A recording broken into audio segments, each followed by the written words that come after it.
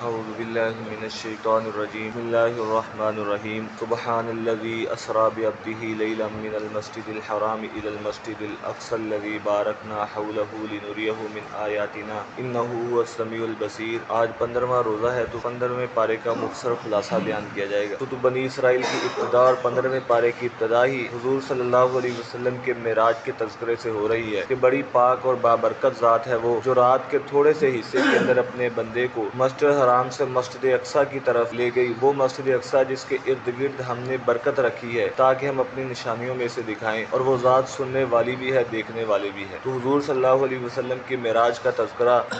باقی جتنے بھی نبی تھے، کسی نبی کو معراج آگ کے اندر ہوئی ملاقات اللہ کی، کسی سے طور پر ہوئی، کسی سے غار کے اندر، لیکن حضور صلی اللہ علیہ وسلم کی یہ خصوصیت اور معجزہ ہے کہ اللہ نے اپنے محبوب کو جو دیدار اور معراج جو ہے وہ آسمانوں پر بلا کر، اور آگے اسی آیت کے اندر جو ہے فرمایا کہ بنی اسرائیل کی سرکشی بیان کی گئی کہ جب بھی یہ سر اٹھائیں گے، 2 مرتبہ انہوں نے ایسا کیا تو دونوں مرتبہ جو ہے ہم نے ان پر ظالم لوگ مسلط کر دیے۔ ایک دفعہ بخت نصر جو تھا اس نے تباہ و برباد کر دیا، اور ایک دفعہ پہلے ایک بادشاہ تھا اس نے ایسا ہی کیا، اور موجودہ قریب زمانے کے اندر ہٹلر بادشاہ نے بھی ان کے ساتھ ایسا ہی کیا تھا۔ تو اب بھی جب بھی یہ ظلم زیادہ ان کا بڑھتا ہے تو اللہ کی طرف سے پھر ایسا بندہ ان پر مسلط ہوتا ہے جو ان پر رحم نہیں کرتا۔ اور آگے فرمایا کہ یہ قرآن جو ہے یہ ہدایت دینے والا ہے، رہنمائی کرنے والا ہے، اور ایمان والوں کو خوشخبری دینے والا ہے، جو نیک اعمال کرنے والے ہیں ان کے لیے بڑا اجر ہے۔ اور انسان کی فطرت بیان کر دی کہ انسان جلد بازی کرتا ہے، وہ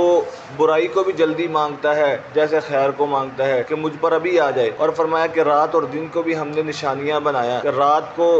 ہم نے ایسا کیا سیاہ لباس پہنا دیا اور دن کو دکھانے کا ذریعہ روشن کر دیا۔ اور قیامت والا دن جب ہوگا تو انسان کو اللہ رب العزت ہر انسان کے ہاتھ میں نامہ اعمال دے دیں گے اور کہا جائے گا اقرا کتابک کفا بنفسک الیوم علیک حسیبا، اپنا نامہ اعمال خود پڑھ، آج کسی پر کچھ ظلم نہیں کیا جائے گا، تو اکیلا ہی اپنا حساب لینے کے لیے کافی ہے۔ تو وہ انسان دیکھے گا کہ اس نے کوئی چھوٹی بڑی بات چھوڑی نہیں، تو اللہ رب العزت فرمائیں گے بتا میرے فرشتے نے کوئی ظلم کیا کہ اپنی طرف سے لکھ دیا ہو، تو وہ انسان انکار نہیں کر سکے گا۔ اور آگے فرمایا کہ آپ کے رب نے حکم دیا، چند چیزوں کا حکم دیا گیا جو جامع احکام میں سے ہے، تمہارے رب نے یہ حکم دیا ہے یہ کہ تم اسی کی عبادت کرو، اور دوسرا حکم والدین کے ساتھ اچھا سلوک کرنے کا۔ تو جہاں بھی اللہ کی عبادت کا حکم ہے یا شرک کی مذمت ہے، ساتھ ہی والدین کے ساتھ اچھا سلوک کا، تو معلوم ہوتا ہے اس سے کہ شرک کے بعد سب سے بڑا جو گناہ جو ہے وہ والدین کی نافرمانی ہے۔ اور آگے فرمایا دونوں بڑھاپے کے اندر پہنچ جائے دونوں میں سے کوئی ایک، تو ان کو اف تک بھی نہ کہو، نہ ان کو جھڑکو، کہ اگر کسی بات کے اندر جو ہے والد جو ہے مال خرچ کر دے یا ایسا کر دے تو ان کو اف تک بھی نہ کہو۔ حضور صلی اللہ علیہ وسلم کے پاس آ کر ایک بیٹے نے شکایت کر دی، یا رسول اللہ میرا باپ جو ہے وہ میرا مال جو ہے وہ میری اجازت کے بغیر خرچ کر دیتا ہے۔ اب وہ باپ جو تھا عرب تھا، فصیح اللسان تھا، اس نے دل ہی دل کے اندر کچھ اشعار سوچے، ابھی زبان پر بھی نہیں آئے تھے، تو جیسے ہی آنے لگا تو اللہ کے محبوب نے باپ کو بلوایا، باپ کو پتہ چلا میرے بیٹے نے شکایت کر دی ہے، تو دل ہی دل کے اندر وہ اشعار کہے۔ تو جیسے وہ حضور کی بارگاہ میں آیا، جبریل امین کو بھیجا، جبریل امین آیا، یا رسول اللہ رب العزت چاہتے ہیں اس بندے کی بات بعد میں سننا، پہلے جو اس نے دل کے اندر اشعار سوچے ہیں وہ اشعار جو ہے اس سے سنو۔ جب اس نے اشعار وہ سنائے تو حضور صلی اللہ علیہ وسلم کی آنکھوں سے آنسو اتنے آئے کہ داڑھی مبارک تر ہو گئی۔ تو اللہ کے محبوب نے اس بچے کو گریبان سے پکڑا اور فرمایا انت و مالک لیابیک، جا چلا جا، تو اور تیرا مال سب کچھ تیرے باپ کا ہے۔ اور آگے فرمایا قریبی رشتہ داروں کے ساتھ بھی اچھا سلوک کرو، مسکینوں کے ساتھ، مسافروں کے ساتھ، اور فضول خرچ نہ بنو۔ اور ان المبذرین کانوا اخوان الشیاطین، فضول خرچی کرنے والا تو شیطان کا بھائی ہے۔ اور آگے فرمایا کہ نہ ہی اپنے ہاتھوں کو اپنی گردن کے ساتھ لگا لو، یعنی بالکل ہی خرچ نہ کرو، اور نہ ہی بہت زیادہ کشادہ کر دو کہ سارا مال ہی خرچ کر دو، پھر اگلے وقت کے لیے وہ لوگوں کے سامنے ہاتھ پھیلاتے پھرو۔ اور آگے فرمایا تمہارا رب جو ہے جس کے لیے چاہتا ہے رزق کشادہ کر دیتا ہے، جس کے لیے چاہتا ہے رزق تنگ کر دیتا ہے۔ تو رزق جو ہے وہ انسان اللہ رب العزت ہی جس کا بڑھاتے ہیں۔ بعض لوگ ایسے کام کم کرتے ہیں لیکن رزق زیادہ مل جاتا ہے، اور بعض ایسے وہ سارا دن کام کرتے لیکن رزق کم۔ اور آگے فرمایا کہ اپنی اولادوں کو فقر کے ڈر سے قتل نہ کرو، ہم ان کو بھی روزی دیں گے، تمہیں بھی دیتے ہیں، اور بے شک ایسا قتل کرنا یہ بڑا کبیرہ گناہ ہے۔ اور نہ ہی کسی نفس کو قتل کرو مگر یہ کہ حق ہے، جو کسی انسان کو ظلماً قتل کرتا ہے تو فرمایا وہ حد سے زیادہ تجاوز کرنے والا ہے۔ نہ یتیموں کے مال کے قریب جاؤ کہ یتیموں کا مال نہ کھاؤ، اور وعدوں کو پورا کرو، وعدوں کے بارے میں بھی پوچھا جائے گا ناپ تول پورا کرو، اور یہ فرمایا، اور نہ ہی فرمایا ان جن باتوں کے علم نہیں ہے اس کے پیچھے نہ پڑو، اور بے شک کانوں کے بارے میں، آنکھوں کے بارے میں، دل کے بارے میں بھی سوال ہوگا، اور زمین کے اندر اکڑ کر نہ چلو، اتنا طاقتور نہیں ہے کہ زمین کو پھاڑ دے، اور نہ ہی اتنا جو ہے بلند ہے کہ پہاڑوں کی چوٹی کو پہنچ جائے۔ یہ ساری چیزیں جو ہے ذکر فرمایا کہ اللہ کے علاوہ کسی اور کو بھی معبود نہ بناؤ، اگر ایسا کرو گے اپنے اعمال کو ضائع کر لو گے۔ اور آگے فرمایا ہم نے اس قرآن پاک کو نازل کیا تاکہ یہ نصیحت حاصل کریں۔ اور آگے جب ہم نے آدم علیہ السلام کا تذکرہ کہ آدم علیہ السلام جب سارے فرشتوں کو حکم دیا کہ آدم کو سجدہ کرو، سب نے سجدہ کیا سوائے ابلیس کہ وہ اکڑ گیا اور اس نے انکار کر دیا سجدہ کرنے سے۔ قیامت والے دن ہر انسان کو فرمایا قیامت والے دن بلایا جائے گا، اور جو دنیا کی زندگی میں اندھا ہے وہ آخرت کے اندر بھی اندھا ہوگا۔ اس سے مراد جو ہے دنیا کے اندر جو ہدایت حاصل کرنا ہی نہیں چاہتا، خود آنکھیں بند کی ہوئی ہیں، خود جو ہے دین کی بات سننا ہی نہیں چاہتا، تو آخرت کے دن بھی ایسا ہی ہوگا۔ اور آگے نماز کو قائم کرو جب سورج ڈل جائے، یہ عصر کی نماز کا ذکر ہے، اور فجر کی نماز کا، ان قرآن الفجر کان مشہورا، کہ فجر کی نماز کا وقت فرشتوں کی حاضری کا، کہ فجر اور عصر کے وقت جو ہے وہ فرشتوں کی تبدیلی ہوتی ہے، کہ رات والے فرشتے اور دن والے فرشتے بھی، تو اس وقت جو ہے فرشتے حاضر ہوتے ہیں، جو اس لیے آپ نے فرمایا کہ فجر کی نماز اور عصر کی نماز منافقین پر بہت بھاری ہے، اور ان دونوں وقتوں کے اندر فرشتے حاضر ہوتے ہیں۔ اور آگے فرمایا اس کے علاوہ جو ہے نفل تہجد کی نماز بھی پڑھو، وہ آپ کی امت کے لیے زائد ہے، اور آپ کا رب آپ کو مقام محمود عطا کرے گا۔ اور فرمایا ہم نے اس قرآن پاک کو نازل کیا جو شفا ہے اور رحمت ہے، یہ قرآن پاک ایمان والوں کے لیے، اور ظالم لوگ قرآن کی آیتیں نازل ہوتی ہیں تو وہ پھر بھی خسارے کے اندر ہی۔ یہ آپ سے روح کے بارے میں پوچھتے ہیں تو آپ فرما دو روح تو میرے رب کا حکم ہے۔ اگر سارے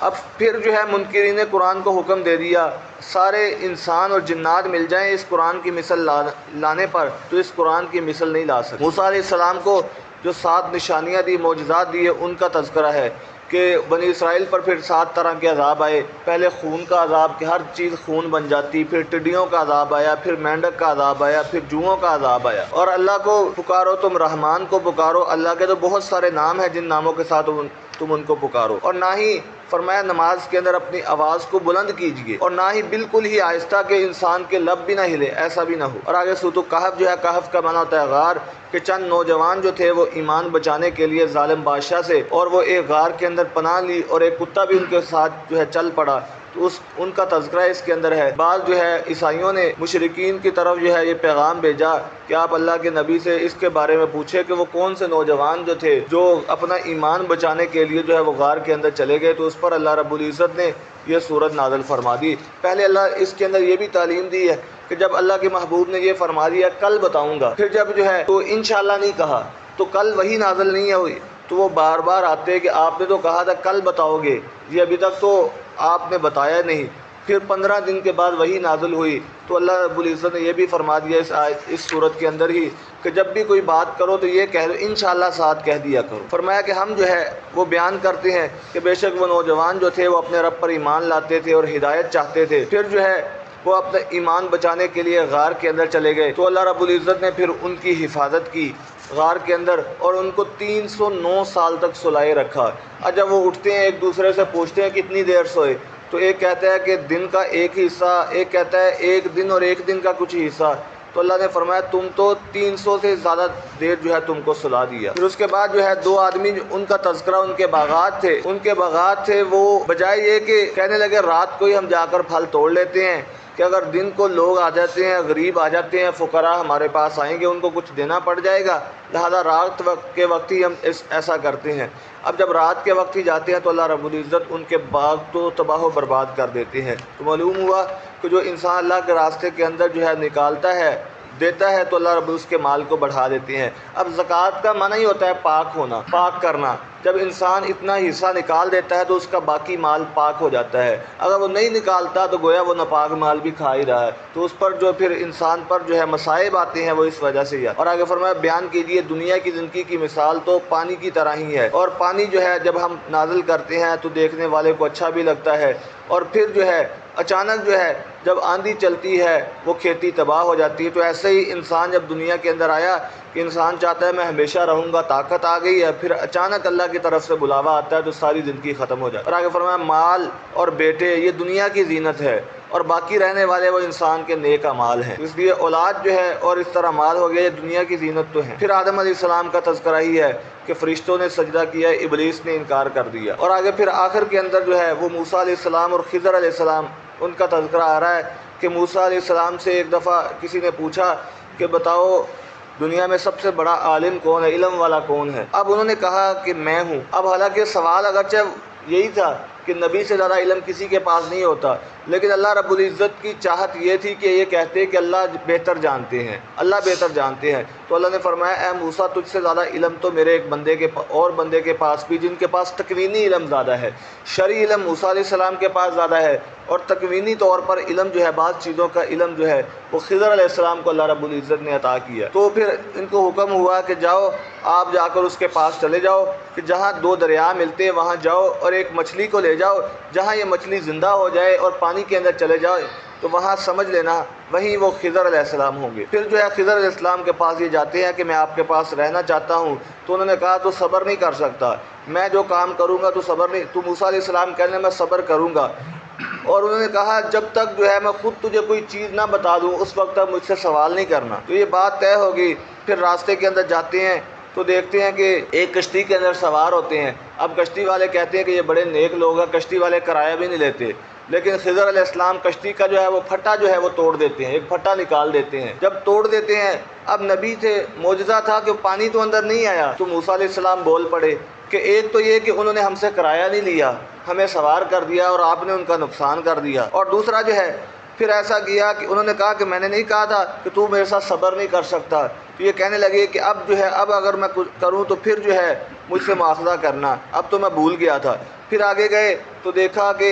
ایک بچے کھیل رہے تھے تو ایک بچے کو پکڑا اور اس کو قتل کر دیا۔ تو اس پر جو ہے موسیٰ علیہ السلام پھر کہنے لگے کہ ایک معصوم بچے کو قتل کر دیا، معصوم بچہ تو گناہوں سے پاک ہوتا ہے، تو نے تو یہ بڑا ظلم کیا۔ تو اس پر انہوں نے کہا میں نے نہیں کہا تھا صبر نہیں کر سکتا۔ پھر اگلے پارے کے اندر کچھ آتا ہے، پھر جو ہے آگے گئے تو ایک بستی والے تھے، بستی کے اندر گئے اور ان سے جا کر کہا کہ ہم جو ہے دور سے آئے مسافر ہیں، ہمیں کچھ کھانا دیا جائے۔ تو انہوں نے انکار کر دیا، پیسے لے کر بھی کھانا دینے سے انکار کر دیا۔ تو اس پر جو ہے اب ان کی دیوار گرنے لگی، تو موسیٰ علیہ السلام کہنے لگے دیوار گرنے دے، انہوں نے کھانا تو دیا نہیں ہے تاکہ ان کی دیوار گر جائے۔ تو اس پر خضر علیہ السلام کہنے لگے کہ اب تیسرا موقع تھا، 3 دفعہ ہی موقع دیا جاتا ہے، لہذا اب تیری اور میری جدائی کا وقت آ گیا، اب میں تجھے اپنے ساتھ نہیں رکھ سکتا۔ اب ہر ایک کی حکمت بیان کر دی کہ پہلے جو ہے میں نے وہ کشتی اس لیے توڑی کہ ایک ظالم بادشاہ جو تھا وہ آگے بیٹھا ہوا تھا، اس کے کارندے تھے، جو بھی کشتی صحیح سالم ہوتی تو اس کو وہ چھین لیا کرتے تھے۔ تو میں نے اس لیے اس کے اندر عیب پیدا کیا کہ جب بادشاہ کے لوگ دیکھے وہ کہیں گے یہ تو کشتی نکارہ ہے تو اس کو چھوڑ دیں گے، اس لیے میں نے عیب پیدا کیا۔ اور دوسرا جو ہے جو بچے کو قتل کیا وہ اس وجہ سے کہ اللہ نے اس کو فطرتاً ہی اس کو کفر اس کے اندر لکھا ہوا تھا کہ یہ کافر ہی ہوگا، اس لیے کہ ہر بچہ جو ہے فطرت اسلام پر پیدا ہوتا ہے، لیکن اس بچے کی فطرت کے اندر ہی اللہ نے یہ لکھا ہوا تھا یہ کافر ہی ہوگا، یہ نافرمان بنے گا۔ والدین مخلص تھے، نیک تھے، کہیں ایسا نہ ہو یہ والدین کے لیے فتنے کا باعث بنے، تو اس وجہ سے اللہ کے حکم تھا میں نے اس بچے کو قتل کر دیا۔ اس کے بدلے میں اللہ نے ان کو بیٹی عطا کی جس سے بہت سارے انبیاء کرام بھی بعض جو ہے مفسرین فرماتے ہیں پیدا ہوئے۔ اور آگے تیسرا جو ہے جو بستی والے نے تو انکار کر دیا، اب دیوار جو ہے اگر وہ گر جاتی، میں نے اس کو ٹھیک کر دیا تو دیوار گر جاتی، لوگ اس کو بنانے لگتے، تو وہاں یتیموں کا خزانہ دفن تھا کہ جب وہ بڑے ہوں گے، اب وہ چھوٹے بچے تھے، اگر دیوار گر پڑتی تو لوگ بنانے لگتے تو وہ خزانہ نکال کر خود استعمال کر لیتے، اس لیے میں نے دیوار کو ٹھیک کر دیا۔ دعا کہ اللہ رب العزت قرآن پاک